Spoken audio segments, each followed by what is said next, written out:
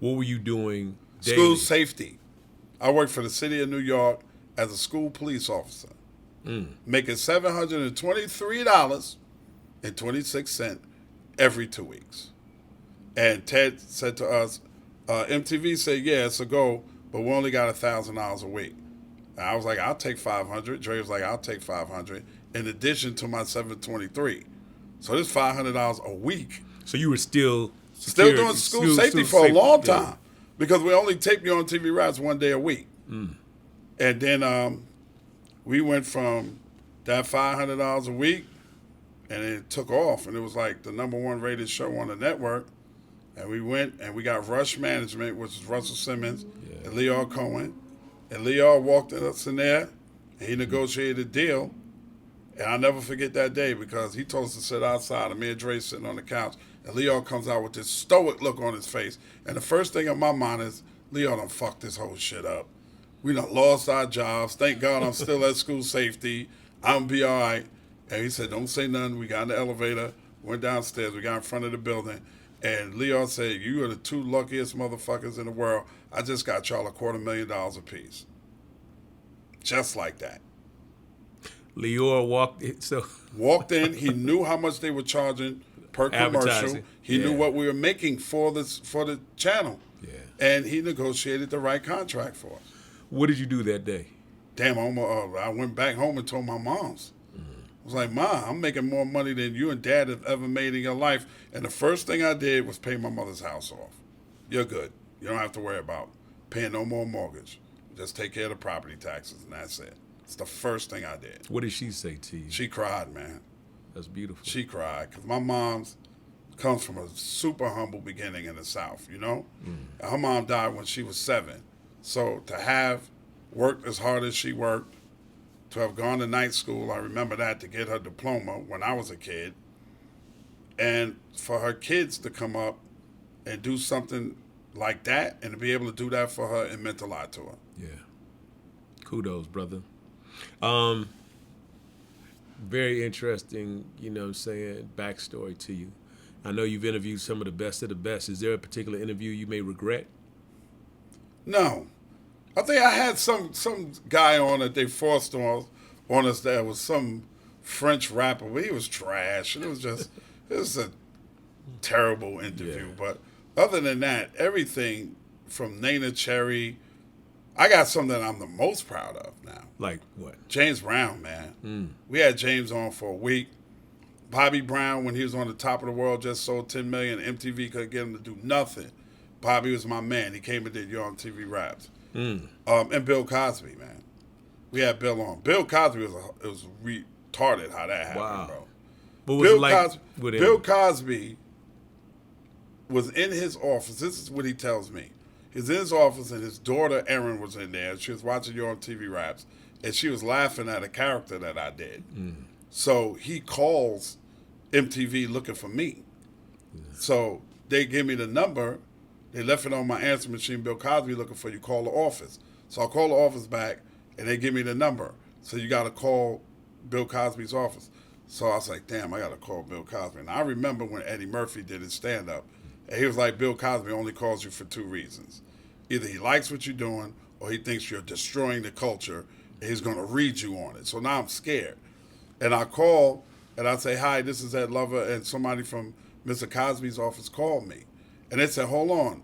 I'm going to put Mr. Cosby to pick up the phone. Hold on. Now, this is Bill Cosby. This is the height of the Cosby Show, dude. Yeah. It's the #1 show in America. Yeah. And I cannot believe that this dude is calling looking for me. This man, this icon. Yeah. He picks up the phone. I think I'm going to talk to the third assistant. Or wait, he got on the phone, and he tells me that he was watching the show. And he was like, you was doing some character, man. And I was just cracking up. And I liked it. And he said, my daughter likes it, and I like it. And I said, thank you, Mr. Cosby. No, call me Bill. And he goes, I'm going to come on that show. Wow. And then I'm going to have you on my show. And I'm Cosby like, Show. Yeah. Let's be clear now, yeah. The Cosby Show, bro. Okay. And he came. Wow. And they rolled out the red carpet, man. They had the green room. All the executives from Viacom came downstairs. Everybody's waiting for Bill Cosby to come. And then he calls me again. And he says, hey, I'm running a little late. And I'm like, it's no problem, Mr. Cosby. And they like, we got to get this because he's going to have, this guy's uber rich. Yeah. He's huge. And he jumped out of a yellow cab with a newspaper under his arm by himself. And he did a week worth of You're on TV. So I got to ask you this. What were the execs saying to you when you made that happen? They couldn't believe it, man. You were the man. They could not believe that Bill Cosby came to hang out with Ed Lover and Dr. Dre. Yeah.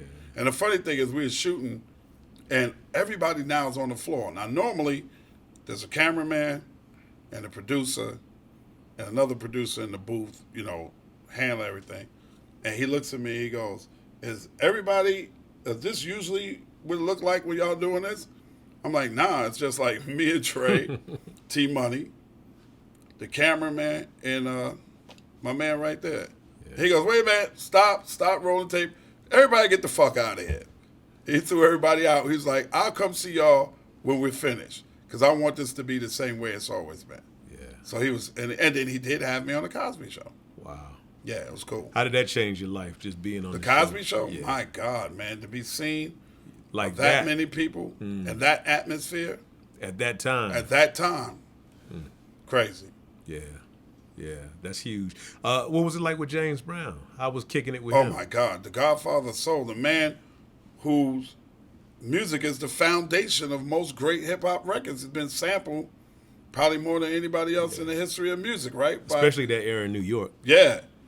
It got it just started. to hang out, man. I called my mom, like, Mom, James Brown is here, Mom had to be blown away. Mom was blown away. And he was so cool. Yeah. And everybody on the set had to call him Mr. Brown, except me, Dre, and T-Money. What y'all call him? James.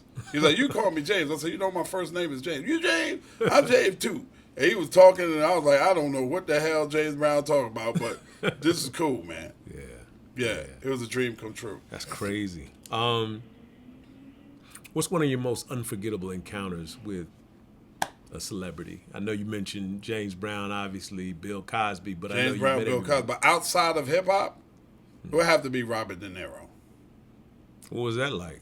We were at, I can't remember the year, but I know that Obama was 2008, the first time, because I got that tattooed to my arm.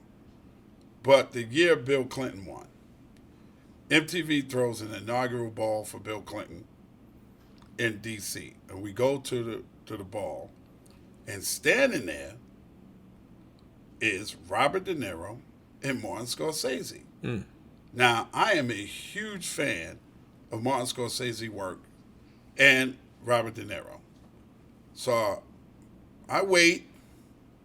So, okay, I'm going to go over here and say something. I don't know what I'm going to say. I walk over, and I go, Mr. De Niro, Mr. Scorsese, I just want to tell y'all, I love your work. I'm a huge fan. And Robert De Niro goes, wait a minute. I know you. You're Dr. Love, right? He goes, Martin, this is Eddie Dre. This is Doc Love. I said, no, I'm Ed Lover. He goes, all right, I got a kid. He watches the yo raps, the thing you do. He watches it all the time. I know you. In Vogue just finished performing. He goes, could you introduce me to In Vogue? Could you do that for me?